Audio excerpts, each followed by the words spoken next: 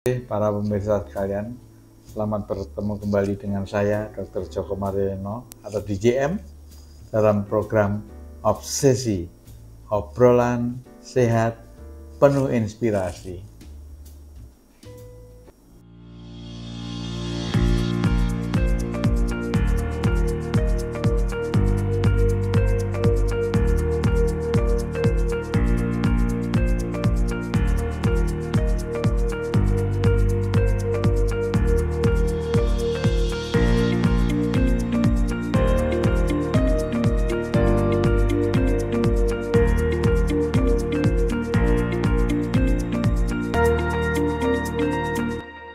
Sore ini akan saya bawakan dengan judul How to Stop the Clock.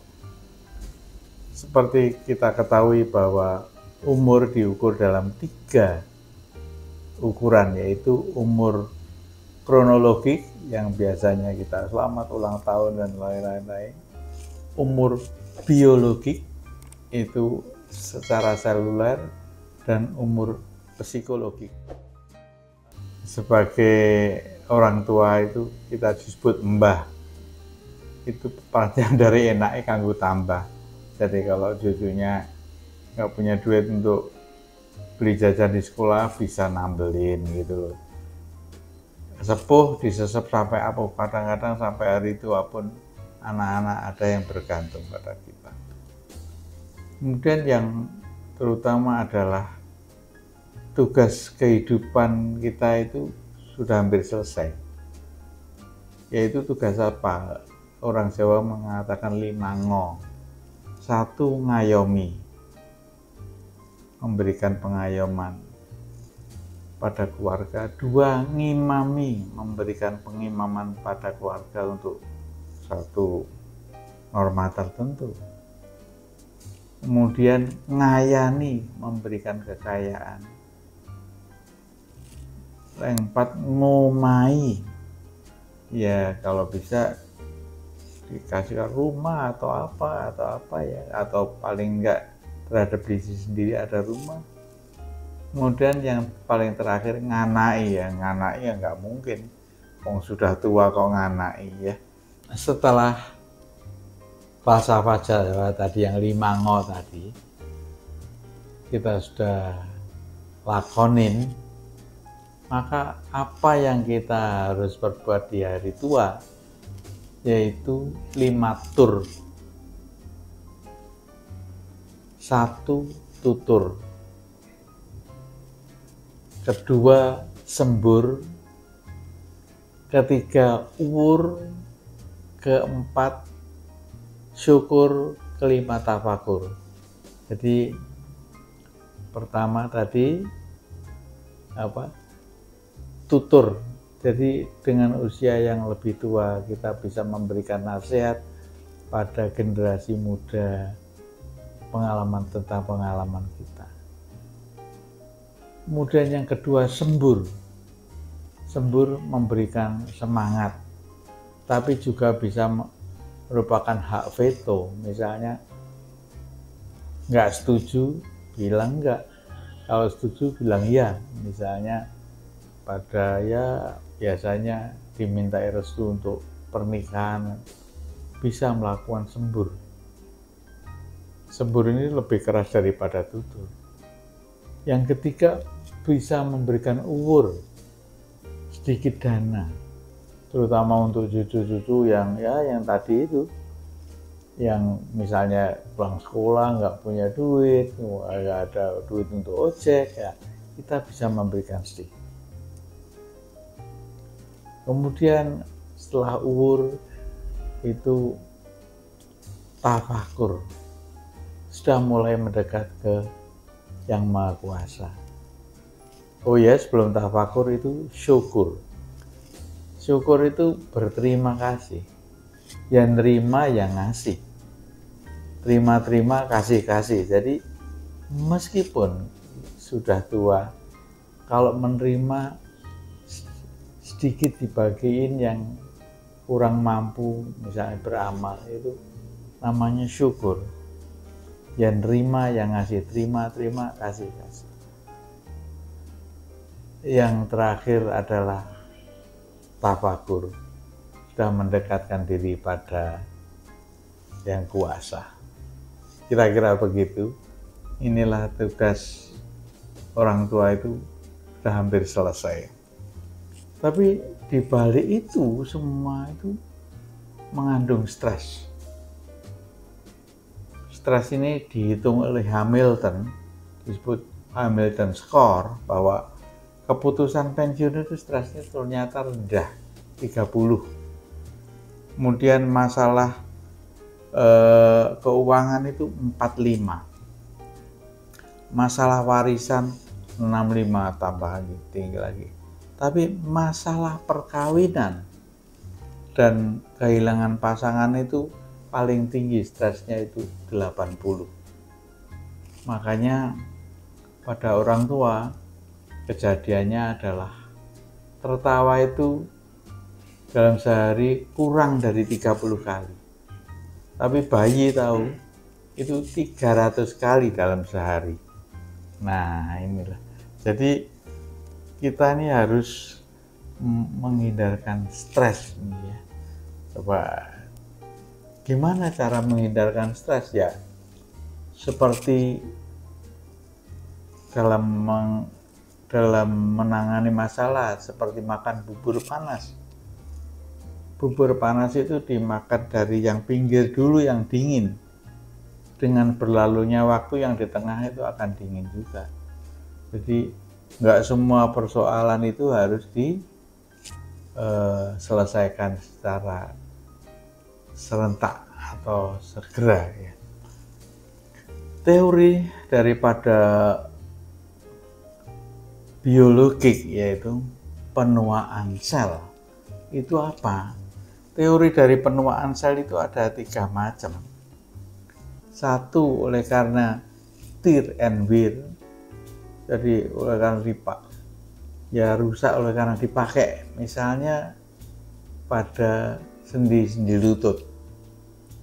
Kemudian teori radikal bebas, yang menyebabkan penuaan itu antara lain radikal bebas ya.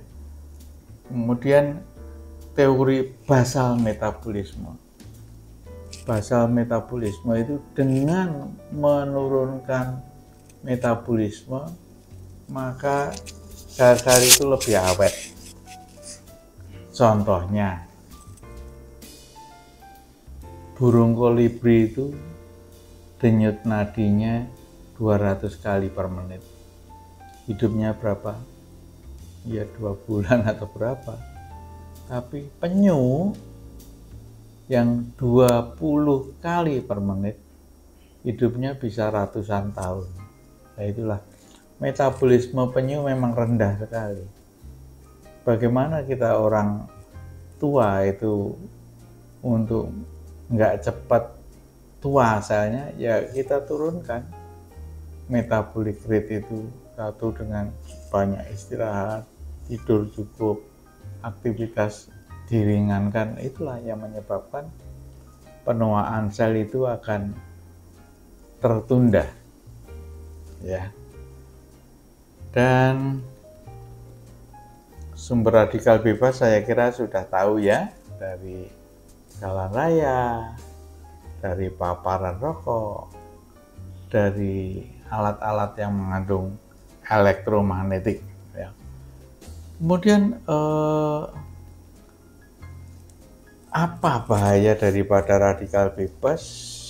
Yang sekarang kita hidup di alam radikal bebas, oleh karena penuaan sel itu tadi ada 3 macam ya, 3 penyebab, yaitu tear and wear, teori tear and wear dipakai dan rusak, teori paparan radikal bebas yang sekarang lebih banyak dianut, yaitu menghindarkan terhadap radikal bebas.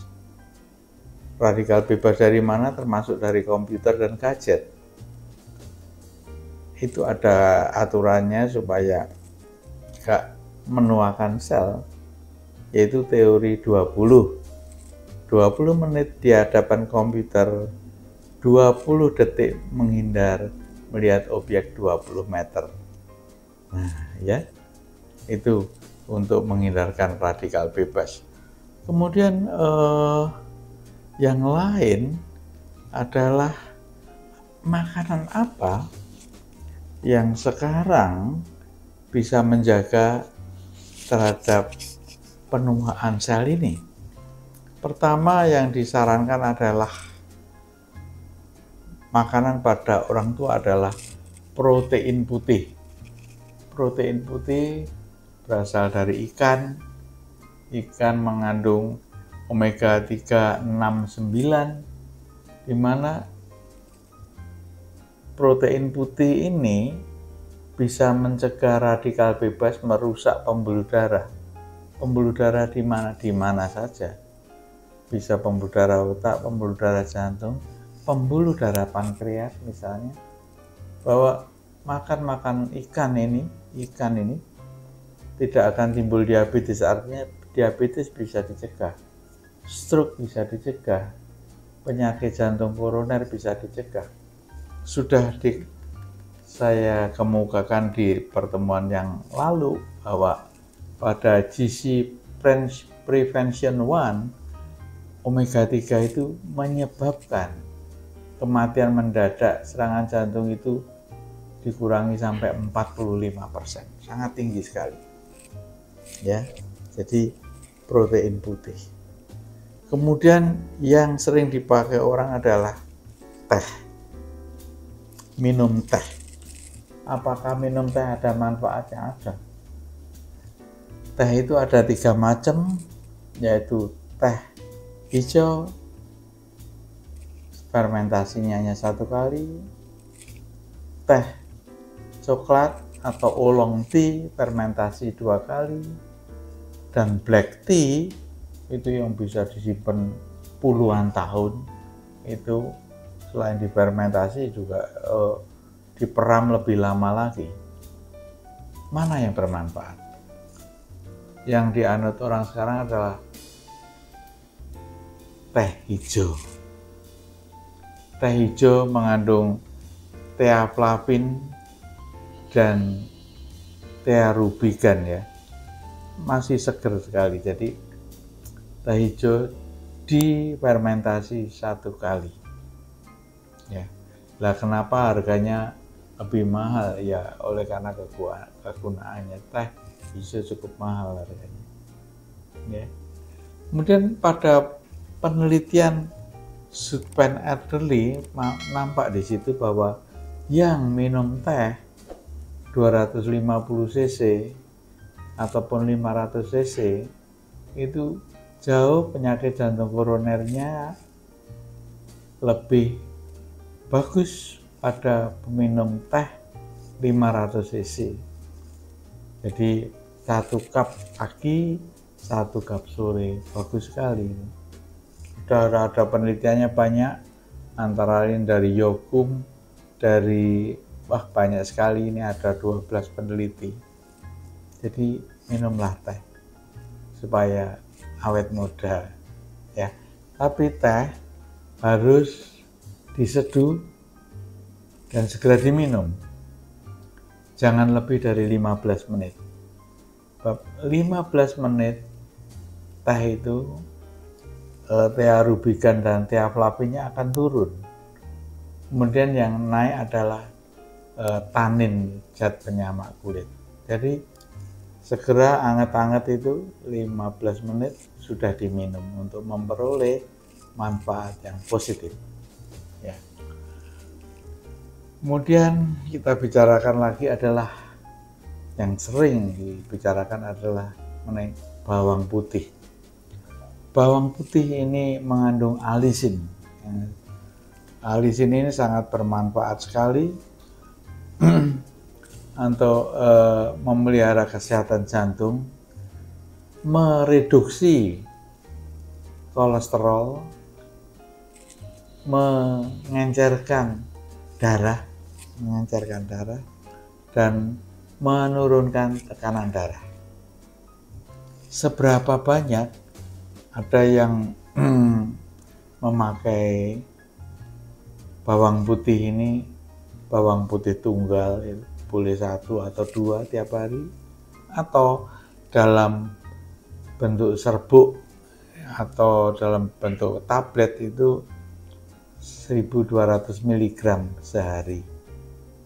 Itu sangat bermanfaat sekali, dan banyak studi-studi mengenai bawang putih ini, ada sekitar 32 publikasi. Saya nggak akan ceritakan di sini. Kemudian yang ketiga adalah mengkudu atau Morinda citrifolia.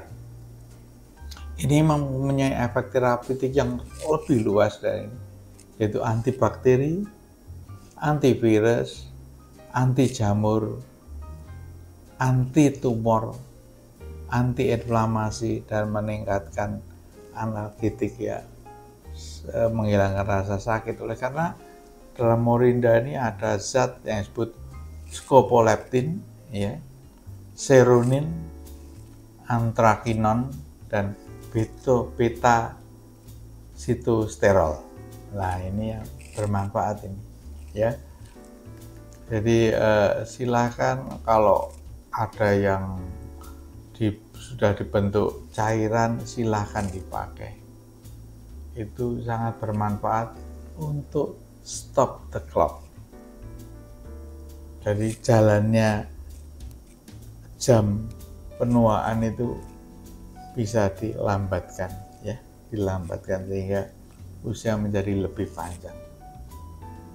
Kemudian yang sering dipakai orang lagi adalah avokado. Mengandung beta sitosterol, omega 9, glutathione, dan magnesium. Ini sangat bermanfaat sekali. Avokat itu disendokin aja, dimakan itu bisa, atau di blender dicampur dengan sedikit madu atau kopi, itu sangat bermanfaat sekali. Ini baru sebagian kecil aja, ya.